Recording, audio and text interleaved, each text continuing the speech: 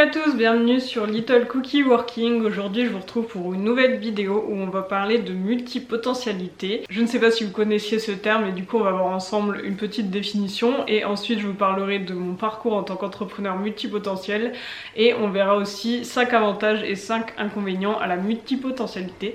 Donc j'espère que ça va vous plaire et c'est parti.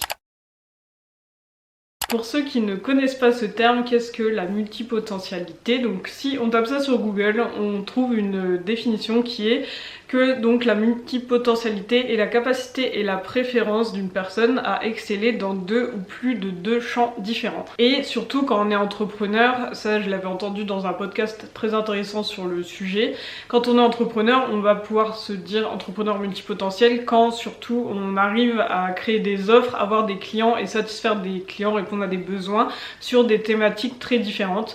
Parce qu'on peut avoir une personne qui va être douée dans une thématique, avoir des offres sur ça et trouver des clients sur cette thématique, et à côté avoir un hobby, mais finalement peut-être que cette personne elle n'arrive pas du tout à avoir de clients pour ce hobby. Du coup on va pas forcément dire que c'est de la multipotentialité, alors que quelqu'un qui a deux voire trois thématiques différentes dans son activité avec des offres pour chaque thématique et surtout des clients et des clients satisfaits et récurrents, là on peut se dire que c'est une personne qui est multipotentielle parce que c'est pas donné à tout le monde du coup d'avoir différentes thématiques comme ça où on peut être assez fort pour vendre des prestations, faire de l'accompagnement ou autre. Donc voilà globalement pour la multipotentialité. Et aussi il y a un schéma assez répétitif chez les multipotentiels, et moi c'est quand j'ai entendu parler de ce schéma que je me suis pas mal reconnue dedans. C'est qu'il y a ce côté où en fait on va toujours retrouver une boucle, où d'abord on va découvrir un nouveau sujet qu'on connaît pas encore ou pas beaucoup. On va ensuite dans un deuxième temps commencer à se passionner pour ce sujet, avoir envie de lire tous les contenus sur le sujet, d'apprendre des choses, de regarder des vidéos, de se former sur ce sujet. Et ensuite on va arriver à un moment où du coup on va vraiment avoir emmagasiné plein de connaissances sur ce sujet là, on va être à fond, etc. On va pouvoir du coup à ce moment là proposer des prestations ou de l'accompagnement ou des formations sur le sujet. Et ensuite il y a une étape où finalement au bout d'un moment on a l'impression d'avoir fait un peu le tour, on n'a plus forcément envie d'aller plus loin et on va finalement un peu se lasser du sujet et arrêter de s'y intéresser. Je reviendrai après sur les avantages et inconvénients en tant qu'entrepreneur, mais même dans la vie perso, c'est vrai que ça peut beaucoup se voir, même si vous n'êtes pas entrepreneur, on peut se retrouver à être à fond dans une passion pendant une période et puis après on n'a plus du tout envie de faire ça, et puis après on trouve une autre passion et puis après on n'a plus envie de faire ça. Et c'est vrai que ça a des avantages au côté perso parce que ça permet d'avoir testé plein de choses, de connaître plein de choses, et du coup au niveau un peu de culture générale et même juste au niveau social où du coup on va pouvoir parler avec d'autres gens de plein de passions différentes qu'on a pu avoir, ça peut être hyper intéressant. Mais ça peut aussi avoir quelques inconvénients, comme par exemple si on investit pas mal dans du matériel ou dans des formations sur un sujet et puis finalement si on change après qu'on se lasse, moi je sais que ça peut m'arriver et du coup après je culpabilise toujours un peu d'avoir acheté des choses, d'avoir investi dans certains hobbies et finalement après je m'y intéresse plus trop et c'est toujours un peu chiant. Et je termine cette partie définition avec ce schéma que j'ai trouvé sur internet que je trouve vraiment très parlant. La première phase c'est la phase d'apprentissage où on va explorer, chercher, découvrir, étudier, vraiment la phase de curiosité. Ensuite on arrive dans la deuxième phase où on va plus créer, donc c'est là qu'on va peut-être inventer des nouvelles offres, résoudre et trouver des solutions, donc vraiment le côté créatif où on s'exprime, on crée des offres. Ensuite on a la phase de partage, donc où on va plutôt chercher à former, transmettre, communiquer. Donc c'est vrai que ça je l'ai remarqué aussi, en général il y a toujours un moment où j'ai envie finalement d'apprendre aux autres à faire ce que j'ai appris à faire, donc là c'est la phase d'adaptabilité, de se rendre utile. Et ensuite la petite flèche c'est tout simplement le moment où on se lasse et on passe à un autre sujet et on recommence la boucle. Donc déjà ce qu'il faut savoir c'est qu'avant même d'être entrepreneur, on pouvait déjà remarquer un peu ce côté-là, parce que y a eu une période où du coup j'étais à fond dans l'audiovisuel et le cinéma, d'ailleurs j'ai fait mes études dedans. Ensuite je me suis retrouvée à travailler à France 3, donc là mon truc c'était vraiment plus la télévision, les émissions, etc. Et ensuite j'ai découvert les réseaux sociaux, l'entrepreneuriat, et du coup il y a une période avant que je sois vraiment à mon compte où j'ai commencé à beaucoup m'intéresser à ça, aux réseaux sociaux, à YouTube. Et du coup j'ai suivi une formation de community manager, donc j'étais à fond là-dedans. Et depuis que je suis à mon compte, donc là ça va faire bientôt 5 ans, en fait j'ai limite changé d'activité tous les ans. parce que j'ai commencé donc en 2020 en tant que community manager. Je commençais à avoir mes premiers euros de chiffre d'affaires et après 2021 je me suis lassée du community management alors que j'avais quand même fait une formation d'1 an en école pour ça. Je me suis lassée en me disant bah en fait j'aime bien créer du contenu pour moi et pour ma marque Little Cookie, sachant que j'avais ma chaîne YouTube du coup, mais j'ai pas forcément envie de faire ça pour les autres. Donc en 2021 là je me suis mise à fond dans un nouveau projet qui était la création de ma boutique de papeterie. Donc j'ai créé une boutique de carnet d'organisation qui était écologique parce qu'à cette période j'étais aussi dans ma phase de zéro déchet, donc j'ai fait des carnets écologiques. J'étais aussi dans ma phase plante, du coup bah j'ai fait des carnets avec pas mal de petits dessins de plantes, etc. Donc pendant 1 an j'ai développé ce projet, j'ai commencé à travailler dessus en février 2021 et je l'ai sorti en septembre 2021. Et ça a fonctionné plutôt pas mal au début. Premier Noël, j'avais 800 € de commandes ou des choses comme ça, donc pour les premiers mois ça allait, c'était pas mal. Et après on arrive en 2022 où là début 2022, j'ai l'impression qu'à chaque fois c'est en début d'année que j'ai mes phases où je change complètement de direction. Début 2022, je me suis rendu compte que mon activité de carnet n'était pas suffisante pour en vivre, surtout qu'à cette période-là, justement en février 2022, j'allais avoir mes aides Pôle emploi qui allaient s'arrêter. Donc là je me suis dit bon, ça va être compliqué de vivre de ça, et en même temps je commençais à me lasser un peu de juste avoir ma boutique de carnet. J'ai l'impression d'avoir un peu fait le tour de ce que je pouvais faire. Je faisais des articles de blog, des vidéos, des épingles Pinterest, j'avais testé la pub, les posts Instagram, et puis je voyais pas trop quoi faire d'autre pour faire décoller tout ça. Donc je commençais un peu à me lasser. Et donc à ce moment-là, il y a eu une petite période quand même où je savais plus trop ce que je voulais faire pendant plusieurs mois, jusqu'à ce qu'on arrive en mai 2022 et je me suis dit bah tiens en fait je vais reprendre la prestation de service, mais au lieu de faire du community management, je vais créer des sites WordPress et comme j'aimais aussi beaucoup Notion, je me suis dit je vais aussi proposer la création d'espaces Notion. J'ai commencé à les proposer, à créer des offres par rapport à ça. Les sites c'était parce que je savais qu'il y avait un besoin et que ça allait être assez simple de vendre des prestations de création de sites, et en même temps j'avais déjà pu aider ma soeur à modifier son site. J'avais créé mon site et j'avais créé un autre site quand j'étais en stage. Donc j'avais déjà 2 sites et demi à mon actif, on va dire, donc je m'étais dit bah c'est bon, je sais faire, je peux lancer une prestation de création de site. Et pour Notion, bah, c'est parce qu'à cette période j'étais vraiment à fond dans Notion, donc je pouvais créer des espaces pour les autres. Donc en mai-juin 2022 j'ai lancé ces 2 offres et ça a très bien marché aussi. J'ai eu pas mal de demandes. Les 6 premiers mois je faisais un site tous les mois, voire même des fois 2 dans le mois. Pareil, les espaces Notion, j'en faisais 1 ou 2 tous les mois, donc j'avais pas mal de demandes. Et nous voilà ensuite début 2023, où encore une fois je commence à me lasser. J'en ai un peu marre de créer des espaces Notion sur mesure, j'ai l'impression qu'on me demande toujours la même chose. J'ai arrêté de faire des espaces Notion sur mesure et j'ai remplacé ça par la création et la vente de templates Notion. Donc en 2023 j'ai créé mon premier template Notion, j'ai continué les sites, et puis fin 2023 j'ai même proposé une formation WordPress. Et ensuite début 2024, là j'ai commencé à me lasser non plus des templates Notion mais des sites WordPress. Ça faisait plus d'1 an et demi que je faisais des sites quasiment tous les mois, donc je commençais un peu à en avoir marre.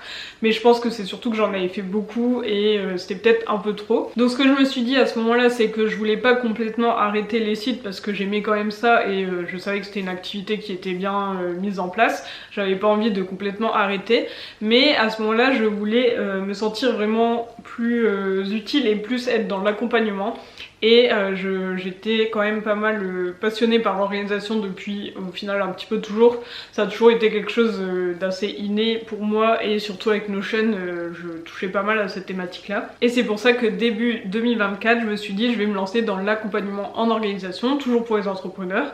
Donc j'avais lancé un bêta test, j'ai eu mes premières clientes, ensuite j'ai créé du coup ce que j'ai toujours qui s'appelle la séance à la carte, qui est une séance de coaching d'1h15, et j'ai eu plusieurs clientes aussi durant 2024, tout en continuant du coup les sites internet qui ont réduit mais je continue, et tout en continuant du coup de vendre mes templates Notion. Et enfin nous voilà début 2025, donc cette année où j'ai commencé l'année en fermant définitivement ma boutique de carnet, parce que du coup pendant tout ce temps là les carnets étaient toujours disponibles sur ma boutique, mais c'est vrai que je m'en occupais plus forcément, j'avais plus envie de mettre d'énergie dedans, donc je les laissais en vente pour pouvoir écouler les stocks. Mais au bout d'un moment je me suis dit je vais clôturer tout ça définitivement. Donc maintenant où est-ce qu'on en est en 2025? Finalement j'ai un peu un mix de tout ce que j'ai pu mettre en place et tout ce que j'ai appris ces dernières années. puisque mes connaissances et compétences en communication, finalement ça me sert tous les jours pour ma propre entreprise.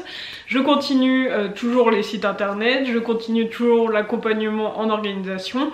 Et d'ailleurs je vous ai pas dit mais en 2024 j'ai aussi sorti un accompagnement en gestion de projet, donc ça je le fais toujours aussi. Et j'ai toujours les templates Notion qui sont sur ma boutique et que je continue de vendre. Et j'ai aussi toujours ma chaîne YouTube depuis 2019. Donc tout ça, ça représente finalement tous mes hobbies que j'ai pu avoir à un moment qui sont devenus finalement on peut dire en quelque sorte des expertises et qui sont devenus des offres et qui sont devenus des sources de revenus pour moi. J'ai vraiment des revenus à la fois des sites de Notion, de l'organisation, de la gestion de projet et de YouTube. Donc je pense que c'est un exemple assez parlant de la multipotentialité chez les entrepreneurs. Le premier, c'est que quand on est multipotentiel et entrepreneur, du coup finalement on se retrouve avec plusieurs cordes à notre arc, plusieurs expertises finalement, et du coup ça apporte pas mal de variété et on ne s'ennuie pas. Moi c'est vraiment le gros avantage je trouve, c'est qu'on va jamais s'ennuyer, que ce soit nous-mêmes dans notre planning ou même les autres qui peuvent nous suivre sur les réseaux. En général il y a plein de projets différents, donc c'est vraiment varié. Le deuxième avantage en tant qu'entrepreneur quand on est multipotentiel, c'est que finalement pour une seule et même personne, un seul client, on peut l'aider sur différents aspects puisqu'on a différentes expertises. Par exemple dans mon cas, une même entrepreneur, je peux à la fois lui créer son site, je peux aussi lui faire un template Notion, je peux aussi l'accompagner sur un projet et je peux aussi l'aider dans son organisation. Donc en fait j'ai vraiment 4 thématiques qui peuvent être utiles pour une seule et même personne. Et d'ailleurs c'est le cas, j'ai des clientes qui ont vraiment acheté chez moi pour chacune de mes thématiques. C'est vraiment satisfaisant et surtout ça permet d'utiliser le levier de fidélisation qui est un levier qui fonctionne très bien puisque c'est plus facile de faire revenir d'anciens clients plutôt que de trouver de nouveaux clients. Du coup quand on est multipotentiel et qu'on a des offres vraiment très diverses et que finalement c'est la même cible, ça c'est pas obligatoire mais dans mon cas c'est la même cible pour tous, du coup ça permet d'aider la même personne sur différents aspects de son activité, donc moi je trouve ça super intéressant. Troisième avantage, c'est que comme on se retrouve avec différentes offres très variées, on va aussi se retrouver avec des sources de revenus différentes, et ça c'est un avantage parce que comme on dit, il faut pas mettre tous ses œufs dans le même panier.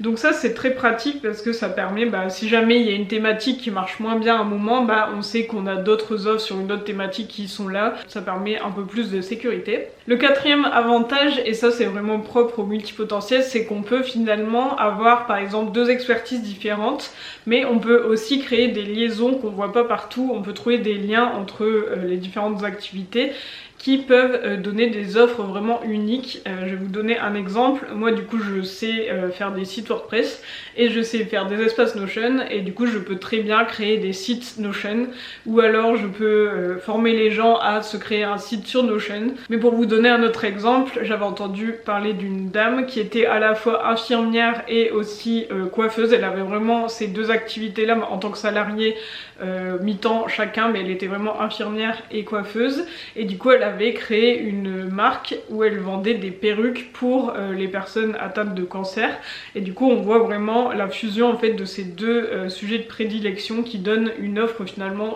vraiment unique. Donc ça je trouve ça super intéressant. Et enfin le dernier avantage, je vous en ai parlé un peu tout à l'heure au niveau perso, mais c'est que à force de connaître pas mal de sujets, de thématiques, et finalement on a beaucoup d'expérience dans plein de sujets différents.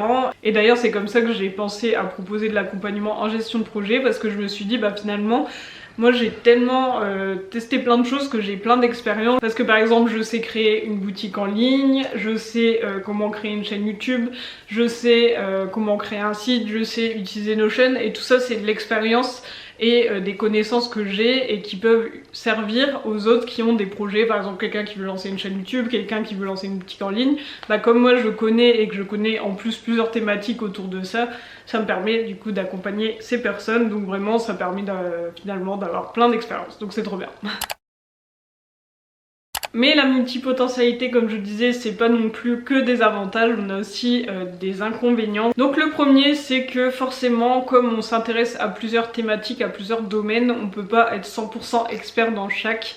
On peut pas être aussi calé, par exemple dans mon cas sur WordPress, que quelqu'un qui ne ferait que ça de ses journées depuis des années. Et de toute façon les multipotentiels en général ils essayent pas d'être experts à 100%, ils vont juste apprendre des choses et se former à un certain niveau, et peut-être quand ils vont arriver à 80% de connaissances, on va dire à niveau 8 sur 10, ils vont se dire que c'est suffisant et ils vont arrêter là.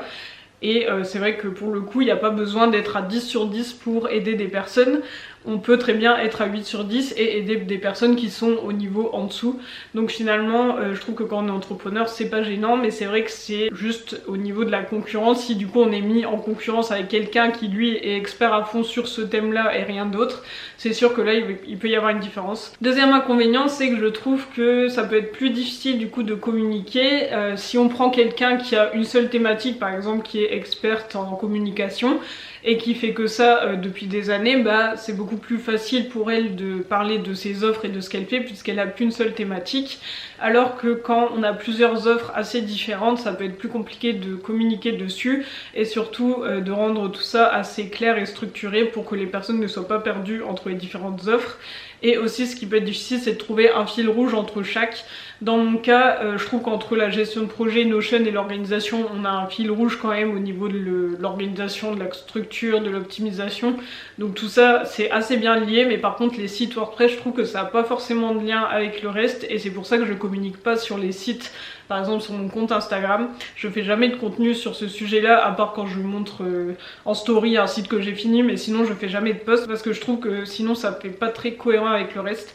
Donc c'est vrai que ça peut être compliqué de réussir à communiquer sur tout quand on a plusieurs expertises comme ça. Troisième inconvénient, ça c'est un gros inconvénient aussi, c'est que quand on se retrouve dans la phase où on se lasse, où on n'a plus envie de faire une certaine activité, une certaine offre, et que on a autre chose qui nous vient en tête et qu'on a envie en fait finalement de faire un pivot, de changer, et ben ça peut être quand même assez challengeant parce que c'est un peu comme si on recommençait de zéro.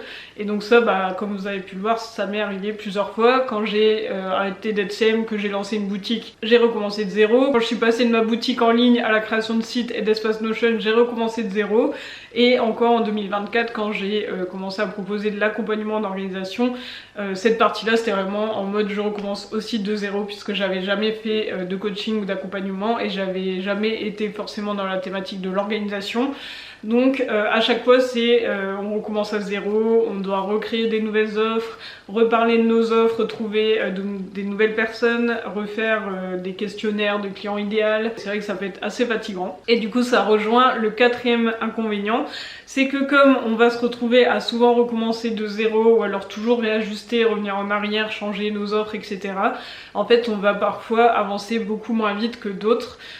Si je vous prends l'exemple de quelqu'un qui est coach en organisation depuis 5 ans, bah forcément cette personne sera plus avancée que moi qui suis coach en organisation aujourd'hui mais qui fait ça que depuis 1 an parce qu'en fait avant ça bah, j'ai fait d'autres choses. Donc ça je pense que si vous êtes entrepreneur et multipotentiel vous avez déjà dû ressentir ça aussi et c'est vrai que c'est un inconvénient un peu chiant. Mais c'est pour ça que je trouve que c'est important de vraiment se connaître et de faire avec notre multipotentialité, de pas essayer de devenir expert sur un seul sujet et de faire un seul sujet parce que finalement on va forcément revenir à la lassitude et rechanger, alors que si on fait en sorte d'avoir un petit peu de chaque tout en même temps, ça nous permet d'avoir un quotidien assez varié. C'est ce que je fais maintenant, comme j'ai à la fois les sites, Notion, l'organisation, etc.